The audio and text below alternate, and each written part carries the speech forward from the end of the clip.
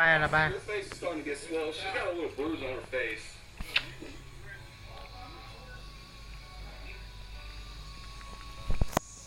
วันนี้ระบายสีอย่างไก่อ่อน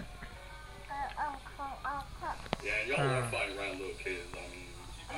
เสียงแมวอันนี้เสียงดุอันนี้เสียงกุ๊กก๊อก อ๋อวันนี้ลูกกว่าชาทู่อยู่ฮะอ๋อก็จำไพ่ well, ฮะ at least both y'all went on that savage shit and fought. You feel me? อืม I mean, that was 3 rounds right there. That's normally what it goes to. พาละลายกว่าชา I ทู่ mean, come on. โอ้ไม่โอ้ไม่โอ้ไม่ Y'all want to keep going till one of y'all get knocked out? Fuck you. ผมเขาเนื้อปากลุกนะน่ะไอ้จังปอนน่ะโอมไม่นะว่าลูกโอมไม่ทำเต็ม We ไอ้ going one more round. Since y'all can't settle it on some bullshit, อะไร we're ระ just บายเลย going one more round. And I got 14% of my phone. I can't be fucking filming this shit all night. Like, come on now. เฉียงน่ะ Shut up. เฉียง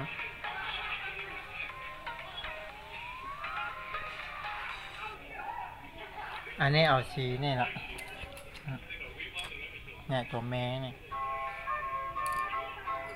อะไรอะไร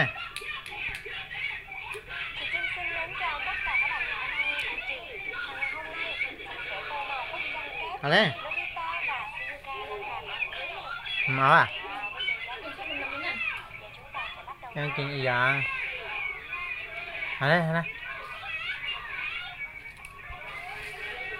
ระบายฮะระบาย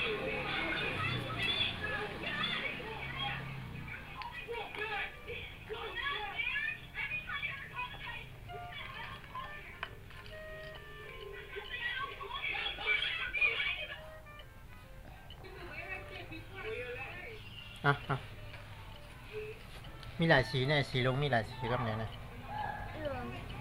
มีสีเหลืองสีชมพูมีข้างน้ำเสียงแท่ง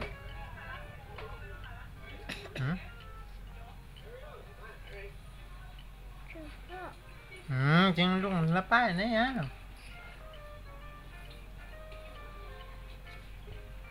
กินข้าวนั่งใครนอนอะไรจับใครนอนจับลูกใครนอนกันนอนเลยเนาะไหนนอนอันนี้อย่างของไม่เท่าเขาคือผู้อันนี้มันเป็นหมอเป็นเคนมากกว่านู้นเนี่ย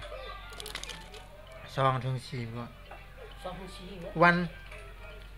ครั้งละ1 เม็ดวันละ2 ถึง 4 ครั้งอ่ะเป็นเขียนไว้ตรงนี้ยาอย่างนั้นเลยแล้วเราไข่อันนั้นว่าเป็นไข่ปีงก็เป็นไข่นั่นขวดซ้ายกูรอเนื้อวันละ1 เม็ดครั้งละ1 เม็ดวันละ2 ถึง 4 ครั้งเขียนเขียนตั้งอะไรเนี่ยมึงว่าบุกอะไรไอ้ก็ในโลกไอ้หน่วยมันมีเงิน